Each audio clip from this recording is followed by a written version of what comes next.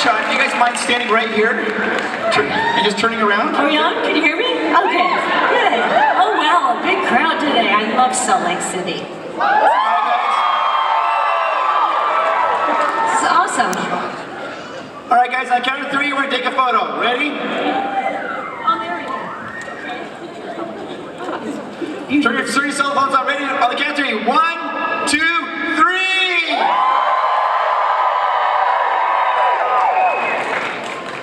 Awesome. You guys having a good time? We're loving it. It's been wonderful.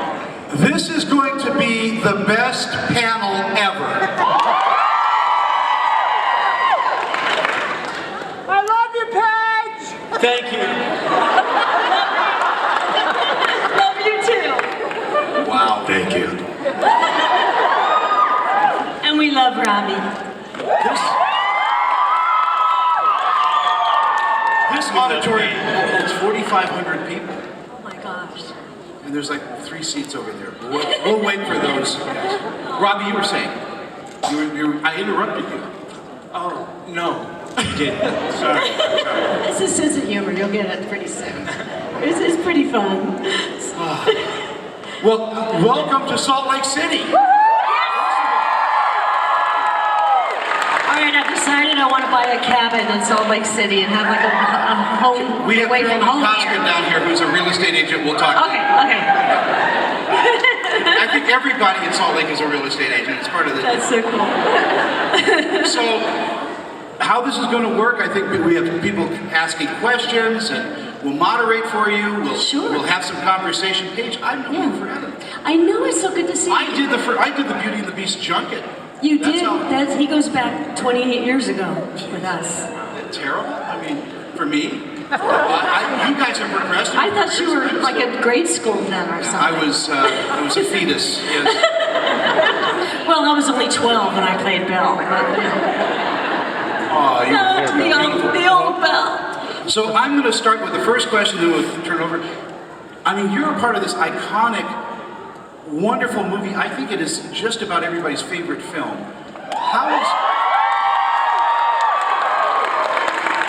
How has it changed your lives, being part of this voice cast? It's been a blessing. It really is. I've done things. I'm 62 now, and I've been working since I was 8 years old. And probably the most fun I've ever had, and the movie I'm the most proud of is Beauty and the Beast.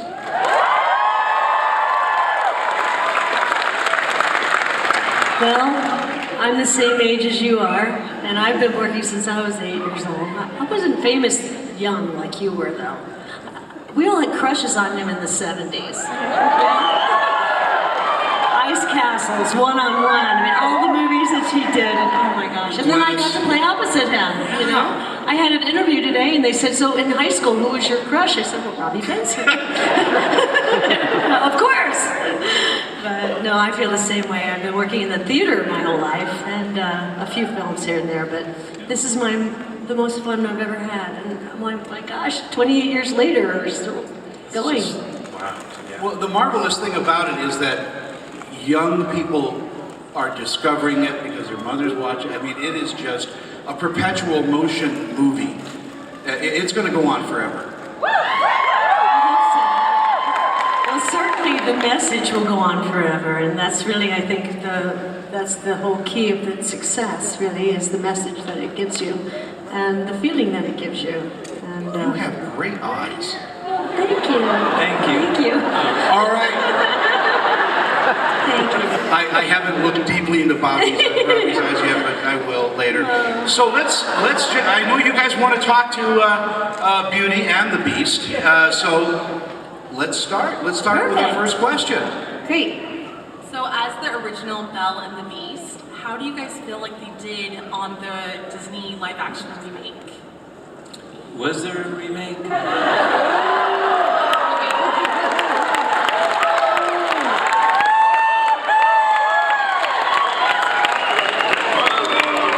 I think they did a fine job. Robby, it took Robby a long long time to watch it. I was there for the premiere, the opening night, and it was really cool to be there, actually. And my favorite moment, though, is we were at the before party, and I see Emma Watson across the hall, and she looks at me and screams, "Paige!" Everybody like stops, the cameras start flying, and we have this big embrace and hug, and we get to giggle and laugh. And she was just absolutely adorable, and I thought the film was wonderful in many ways. In some ways, I thought it went too dark, this is not a lie. Thank you. Don Hahn actually agrees with me. He lost the battle on some of the dark sides of the film that they put in there. He pretty much agreed with me that they should have stayed like his original movie, which is our movie, but it certainly had merit in many, many ways. And I think you actually liked Dan Stevens, you told me, right? Yeah, I thought he did a very good job. A very challenging thing that he had to accomplish. Well, and you're a tough act to follow. And in my opinion, no one can follow Robby Benson as the Beast. No. Next question, please. So, what was your favorite reaction when you were chosen? And what was your favorite line that you got to perform on the movie? What was your reaction when you were chosen? Well, I have a reaction to something that Emma did, and then I'll tell you with my movie. I ad-libbed a line in our movie that ended up in her movie, which was at the end when he turns into the prince and she's rubbing his face and says, "Do you think you could grow a beard?" That line, 30 years ago, and then all of a sudden I'm watching the movie, the new one, and she says the line, and I'm like, oh, I start screaming, laughing, and the director's like, I heard that was you, and I said, it was me.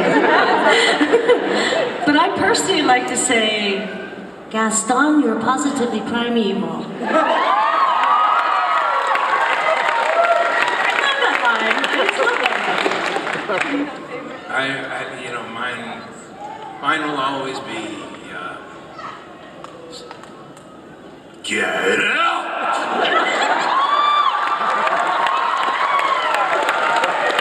That's something funny.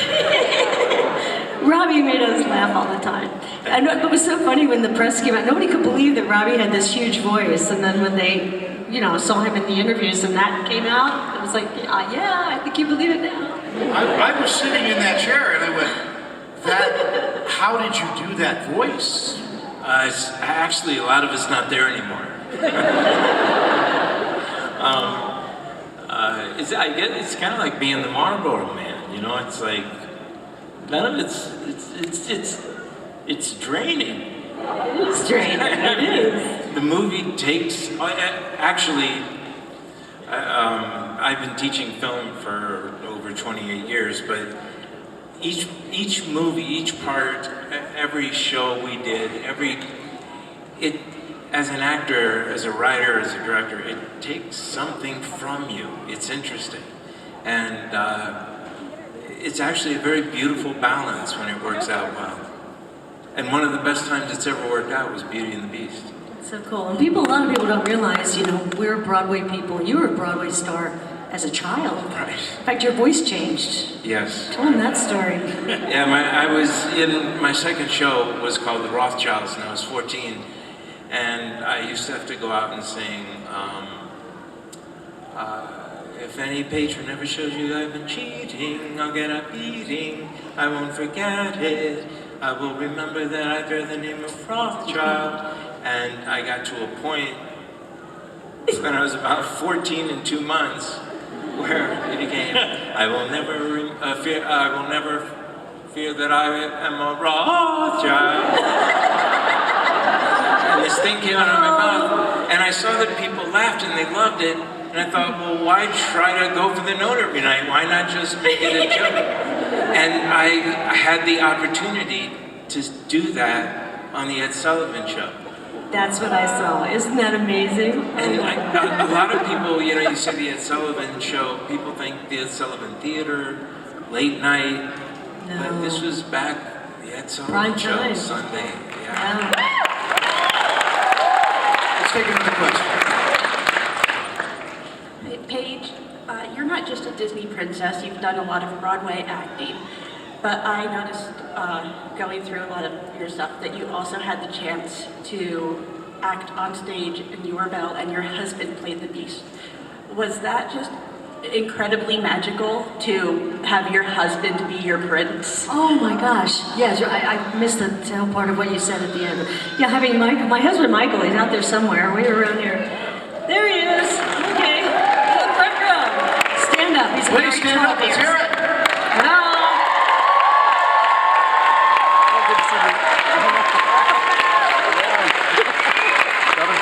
Yes, that was so strange. Michael played the Beast in the Broadway production in Los Angeles, opposite Susan Egan. My old Susan's like my little sister, and that was a hoot. And he said if I could try and copy Robby, that's what I'm going to try to do.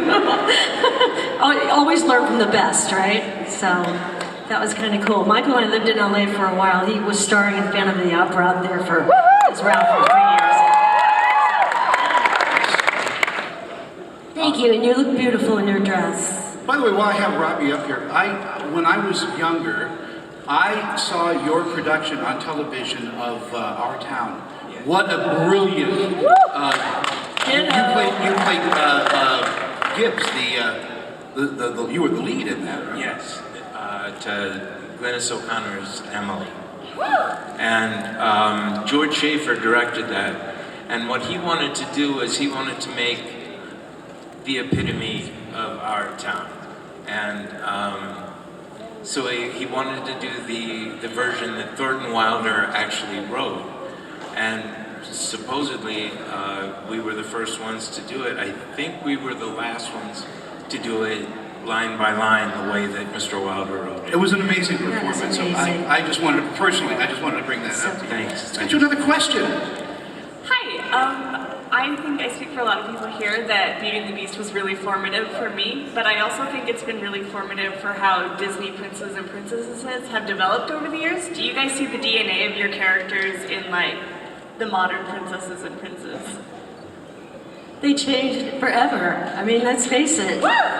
Started a little bit with Ariel, but let's give credit to Howard Ashman and Alan Menken. They did not want any other more princesses to be like, weak in terms of wanting a man. They wanted them to have strength, inner strength, and some women's liberation in there as well. But I think it's because of Belle and the way that she, also I think a lot of people don't realize this. Belle was the only princess in her 20s. So in that time period, that would be considered an old maid, and people would be laughing at you, and Belle could care less. She's an old maid, I mean, the way she treated Gaston, that tells you the whole story. So. But yes, I think it was about time. The princesses have changed. I mean, if Belle and Ariel hadn't happened, how could we have ever had a Mulan? Mulan, I personally have a soft spot for because I think it's one of the most amazing stories ever. And because of her, I took up kickboxing. So. That's what I don't know, but the princes have changed. Well, I mean, the Beast. That was the hardest part for Glenn Keane, to do a drawing of a prince that wouldn't be disappointing after the Beast is gone. But you know what? It's brilliant. What he did was brilliant.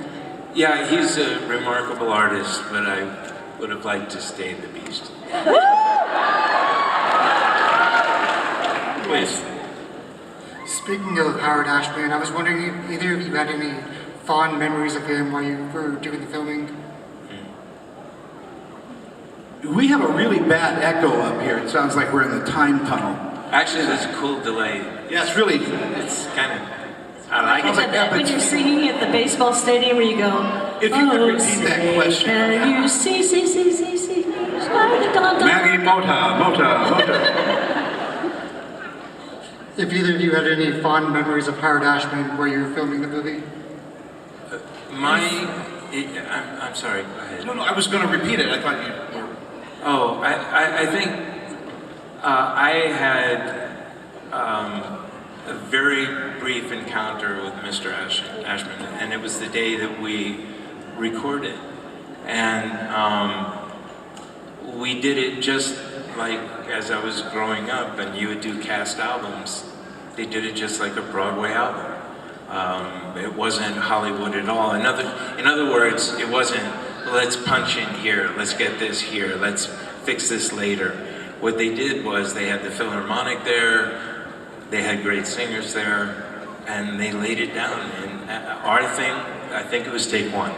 I think we gave them a level of what we were doing, and the next thing I knew, they said, we've got it. Actually, I think yours was in one take. You and Angela Lansbury were the only two. Of course, Angela had been up all night traveling on a plane that got stuck and had no sleep. And she came in the same day to record Beauty and the Beast, the title song. And they said, no, go home, go home. She said, no, I'll be okay, you know. I'm worried about the song though, because it has a lot of line, and I don't know if I can sing with line anymore. And I'm like, of course you can, Angie. Long story short, she gets up in front of the symphony orchestra and sings Beauty and the Beast in one take. And everybody in the audience is crying because it's absolutely brilliant. Yeah, I was standing next to you. I literally were rubbing shoulders. Yeah. Because it was just an awesome sight. Yeah. Yeah. So yeah, I have a lot of Howard Ashmans, but that'd be a whole hour, but let's have a chat one day. Please. What's your favorite book? Go ahead. In Cold Blood.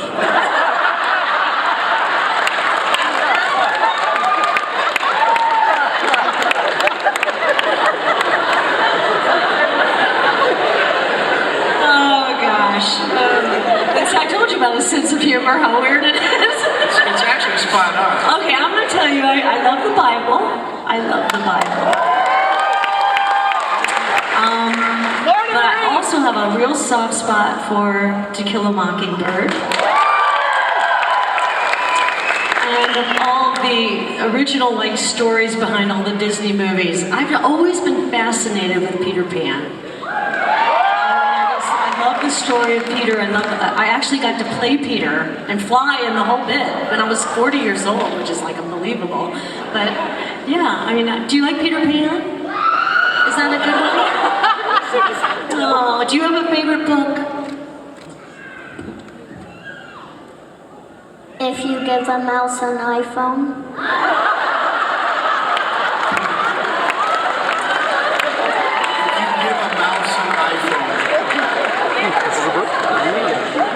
That is so cool. Carla, that's Carla, Robbie's wife, that he's kind of talking back and forth. Hi, Carla, stand up and say hi. I gotta do it now. There you go. Please. Yeah, that was wonderful, thank you. Hi, sorry. Beauty and the Beast is my favorite movie, and I feel like it shaped so much of my personality and who I am. And Belle's my favorite princess. You can't tell by my outfit, but she's my favorite princess. So I guess my question is, if you guys have ever had a movie or book shake you so deeply to the core that it's helped build your personality, or it's what shaped you. You guys have done that for me since I was a little kid. Oh, yeah. Thank you. You're so sweet. Thank you.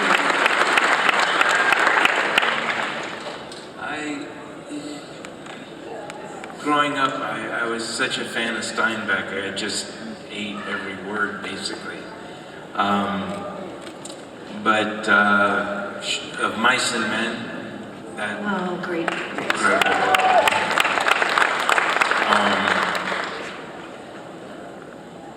Actually, Beauty and the Beast. Moby Dick is overrated. And you were a Jungle Book fan. Yeah. I actually adored the new movie. It was brilliant.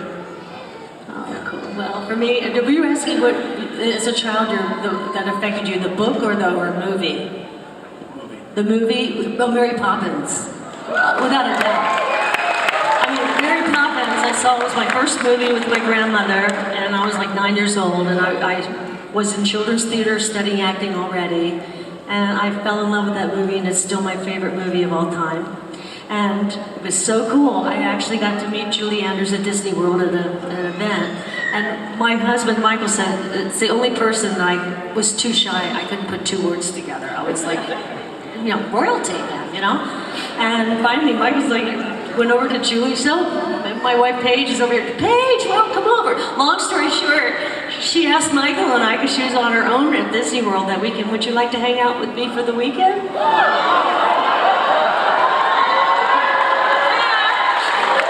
I mean, lucky was I got to hang out with my favorite star, and it was so cool.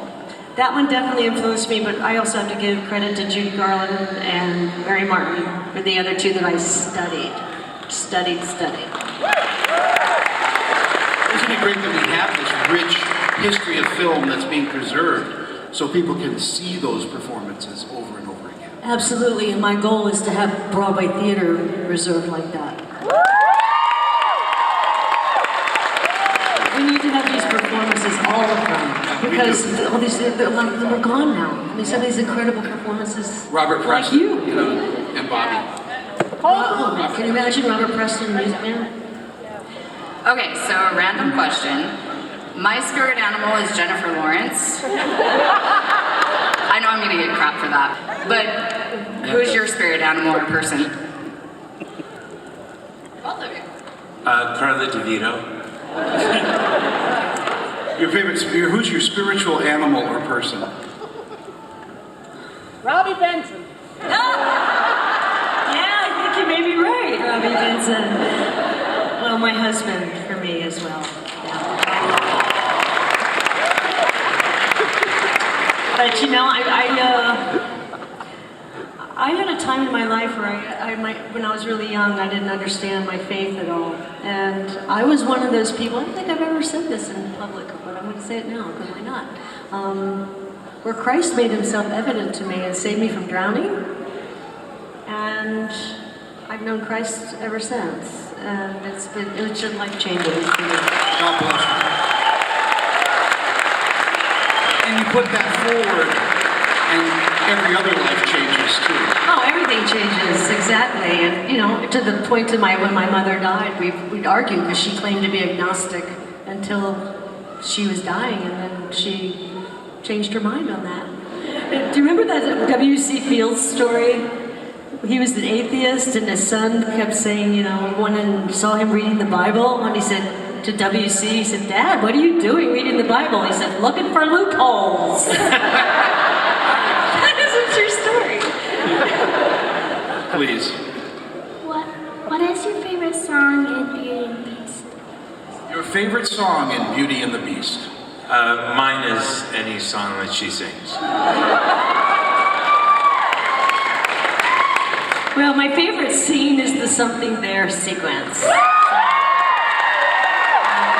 But Beauty and the Beast, that's all part of the same sequence. That's one of the most magical, I think, in film history, that whole segment.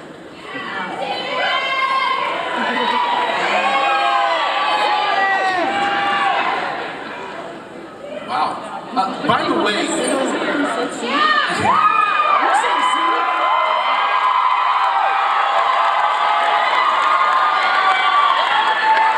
All right, Robby. No, Do you want to do a couple of lines? you pay to hear her.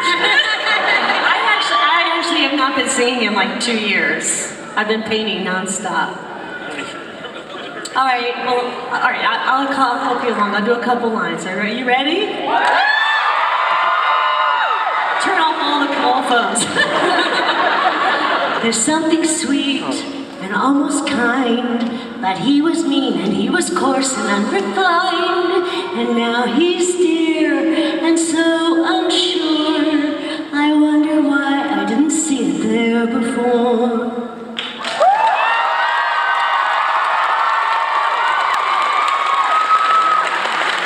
I think it's very smart to leave it right there.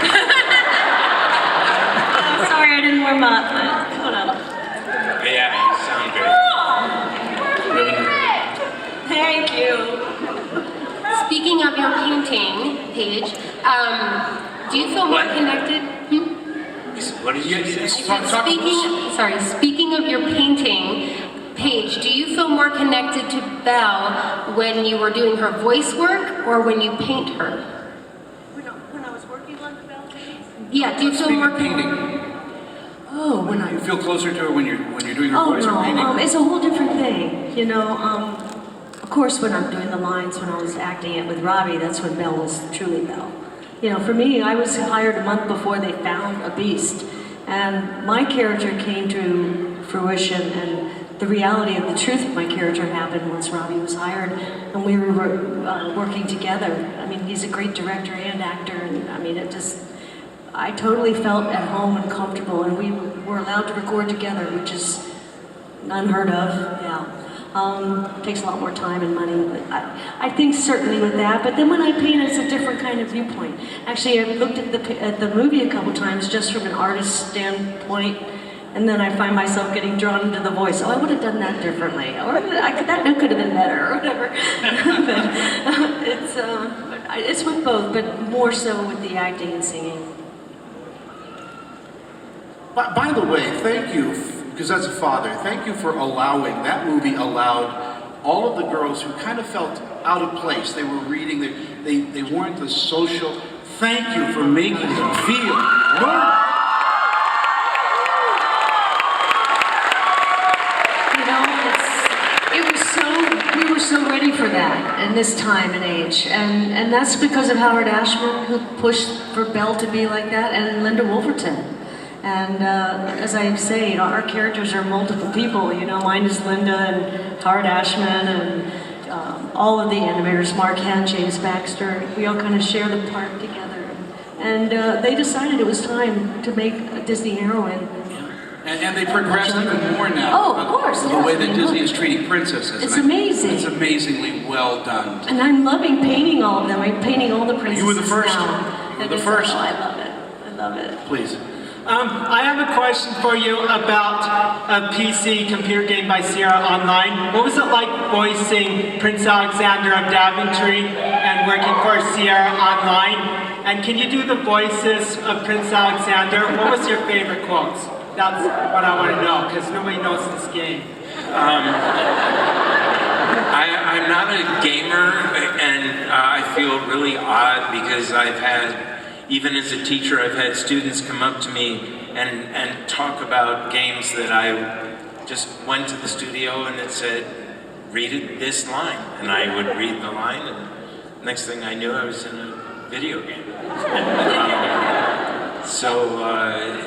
You know, I'm just so out of step. You know, every life and modern times have truly passed me by. But speaking of teaching, didn't you teach here in Utah? I did. I taught at the University of Utah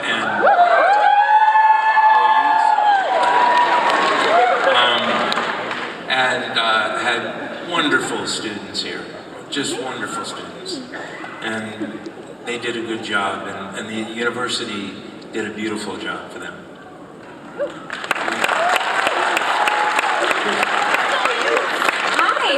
So your film is such a landmark in being the first anime film to be nominated for Best Motion Picture. But I know it was very hurried near the end. Did the two of you ever feel the strain of that with trying to like get it out as quickly as possible, or what that was like for you two?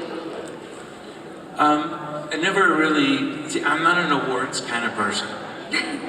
You know, it always reminds me is if you're going to walk down the hall of a museum and somebody says, there's a Chagall, I mean, how can you look in a museum and look at all these beautiful pictures and say, best picture?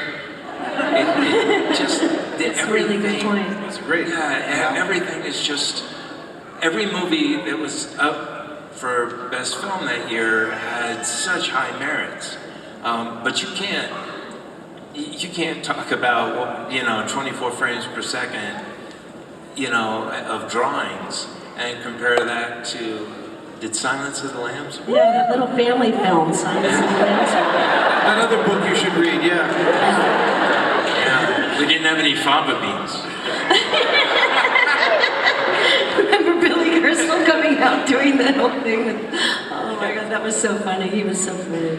I know, I feel the way you do, but there's also something really special for the animators, the ones who hand painted and hand drew every single day to be nominated for Best Picture.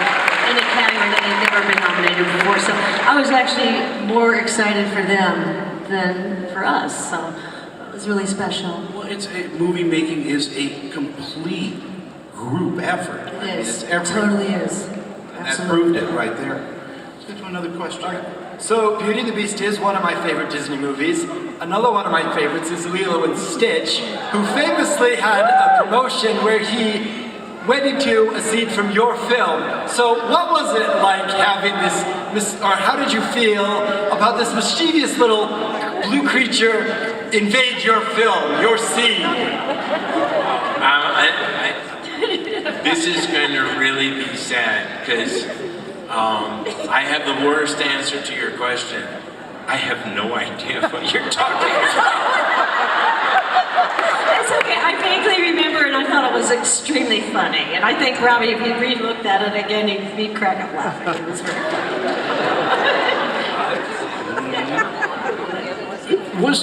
You guys are known before Beauty and the Beast as Broadway actors.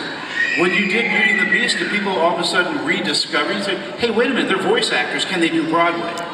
It's funny. Well, we've never considered ourselves voice actors. We're Broadway actors, and then when they cast Beauty and the Beast, they went to the casting directors of all the Broadway talent. And if you look at it, Angela Lansbury, all of us were all Broadway people that were in all the principal roles. And I think that's kind of cool, and we were kind of one of the last ones to, where we did the singing and acting, and then they went into hire a big superstar to do one of the two, and I'm so happy with Moana that they went back with Ali E doing both. Oh my God, that little girl, I've had spent 2 times with her now. We did the awards show together, and she is so poised and so amazing. I'm like her biggest fan. Yeah, Moana is one of my favorite films. She's an amazing young lady. Please. All right, so I've been to the Be Our Guest restaurant, and I'm glad to see the movie is finally getting some appreciation in the parks. But to go deeper into that, I'm curious, if they were to do a ride in Disney parks, what would either of you like to see in that? Ride. A Disney ride for Beauty and the Beast? Sure, it's about time. I think that would be really cool. Wouldn't it be awesome? Let's talk to them about it. Yeah. All right, Who's that's a great left? idea. You get a piece of the action if it happens. Please. On the special edition DVD, there's a storyboard version where it looks like the Beast has a tattoo in one sequence. What is that tattoo of?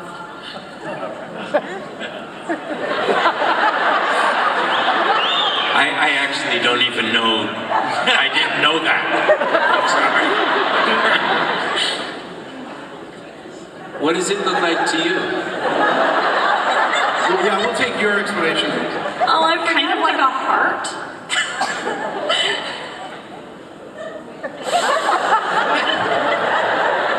I'm gonna have to watch the movie again. It's very rare in a big panel like this you get an awkward silence, so thank you very much. I don't. Wow. Well, now you're oh man, the internet's gonna light up tonight. Please. This started first from the fact I know Robby Benson early on in the run of Friends directed a few episodes and some other things, but it expanded really to you. Since you both are veterans of the entertainment industry, how do you feel about often getting to work with younger talent and helping them out? Well, it's one of the reasons I love teaching. I love to send my students out into the world with an old school education. Teaching film from the brass tacks up, not having nothing to do with fame. As a matter of fact, one of my little sayings is if you're here to be famous or to be rich, you kind of pick the wrong business, you definitely pick the wrong class. And a lot of creativity has come from these classes. I tell you, some of the most creative students I've ever had were here at Utah, for real.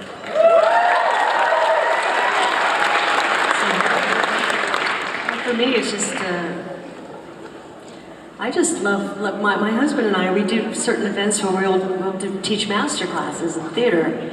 And there again, it's what you're looking for in your life. Like if you're looking just to be famous, whatever, we're definitely picking the wrong profession. I think you'd be shocked at the percentages of people that actually make a living that are members of the union, of Actors Union. But we tell them if it's in your heart and it's what you really, it's your passion, follow it. Get as many acting classes, get a great acting teacher, great singing teacher. Don't let up on the dance, just gonna get you in great shape. That was my mistake. My first starring role on Broadway was a dance role as well. And thank God I was athletic enough that Pat Birch made me look good, but it's really about being prepared. So when that time comes that it's your big break, you don't look back and say, I wasn't at my best. You're ready for it. Wow. You need to be ready for it. So if we invited you back to teach a master class here, would you? I'd be honored. Robby, you want to do it with me? Absolutely. Hi, Paige. I just had a quick question. With the new Wreck-It Ralph 2 movie coming out in 2 months, I was wondering how it was to bring back Belle into the screen, and also how was it working with the new princess actors of the new princess? We had so much fun. We actually had a party with all the princesses from Wreck-It Ralph 2, where we all got together, and I have pictures of it on the internet. I'll put some on my Facebook again, but we were laughing and partying and having a great time. But when they called Michael, my husband, he handles all the business and stuff, and said they want Paige to, bring Belle back in Wreck-It Ralph 2, he started laughing. He thought they were kidding. I was like, really? And then he realized they were serious. And I was like, I don't know why you're laughing so much, Michael. Her voice is still mine. Girl power. Hello. I mean, I know they replaced me in my 50s, with a voice alike, but the director wanted the original people. And you know what? I went into the studio, and at the end of my session, I know I'm bragging and I shouldn't brag, but this is so important because I was let go as the voice of Belle. He said at the end of this session, your voice as Belle was right on from the very beginning. You had no adjustments to make. And I'm like, so I am really excited to be in this movie, and you guys, it's coming out in November, Thanksgiving, and you're gonna love it. Our parts got bigger after they did the little teaser last year. We were in the studio just a couple months ago, so there's a whole new big scene.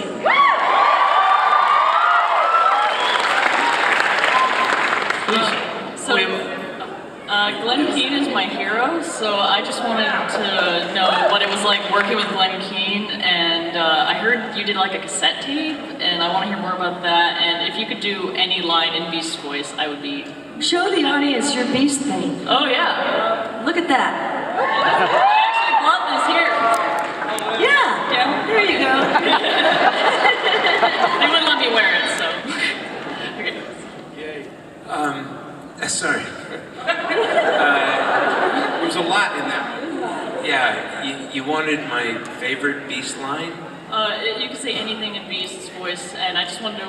I heard that you did a cassette tape for the audition. Oh, for the first audition I went in. Story. Yeah, it is a great story because it's one that I teach my students, my acting students. But when I went in, when I went in to audition, they were recording me on a little Walkman cassette player, and I thought, what kind of movie is this? It's a big Disney movie. It's Beauty and the Beast. So I kept thinking, every guy that's been going in, and I was listening, was like yelling into the microphone. And what happens is compression will just close up, and a big roar, instead of sounding like it's really big, it just goes roar, like that. And so when I went in and I did everything, I just, because I'm a little bit of a sound engineer, I played with the microphone and just, like, Belle, are you happy here with me?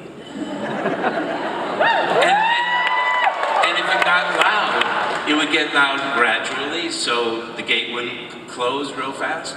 But I'd also, you know, again, it's mic technique, you'd get away from the mic. You know, I don't want to blow anybody's ears or, but, you know. What do you say? We can't hear you. Well, what's a good line?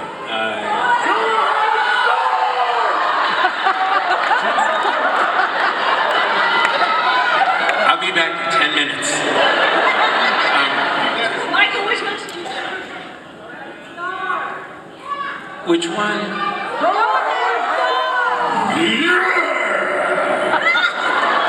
That one kills me. You know, what's that?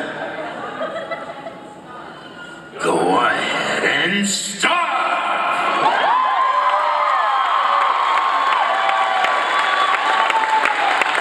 Oh my gosh! Your voice is still the same. I hate you, it's not fair. So anyway.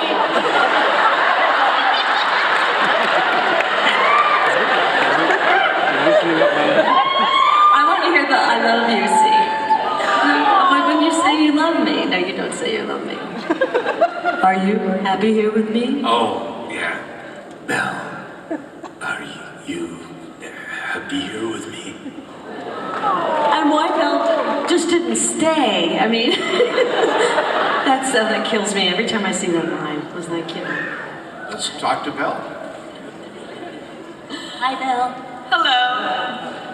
So, I love a lot of the things that you guys have been in. And I'm wondering, you guys' favorite, I'm wondering what you guys' favorite memories are from Beauty and the Beast Enchanted Christmas. Tim Curry's here. Well, look, I wish it were better. I wish it was better. And if it entertains people, that's fantastic. Well, but you know, it was really kind of fun, because you'd work with Tim Curry a lot, with The Legend of Prince Valiant. And there was, he did Forte in that. Wasn't he a riot? He's so scary. And of course, Tim Curry is here. You have to go see him. So that was really cool. I got to actually work with him in the recording of the singing part. Our time is up. Oh no! We should do a 4-hour panel. And you guys are available to your fans at your booth. Please, and go talk to them and have some fun. Are you signing tonight too? I'm not sure if we're signing or I know we're doing photos right now. Yeah, going to be photos. So, but we're here all day tomorrow. We're here the next day. So, thank you for that. Yeah, I actually love singing the music in Enchanted Christmas. I just want to say that, you know, I've done panels since Comic-Con here. Well, FanX, started. This has been my favorite. I love you guys. Thank you so much. Thank you so much. You're wonderful. Everybody give a huge round of applause for Paige and Robby.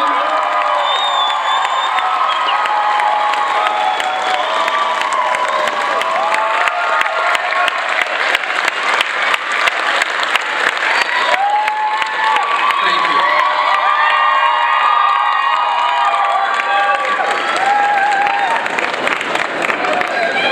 You guys, I don't know if you guys know this, but they can actually still hear you right now.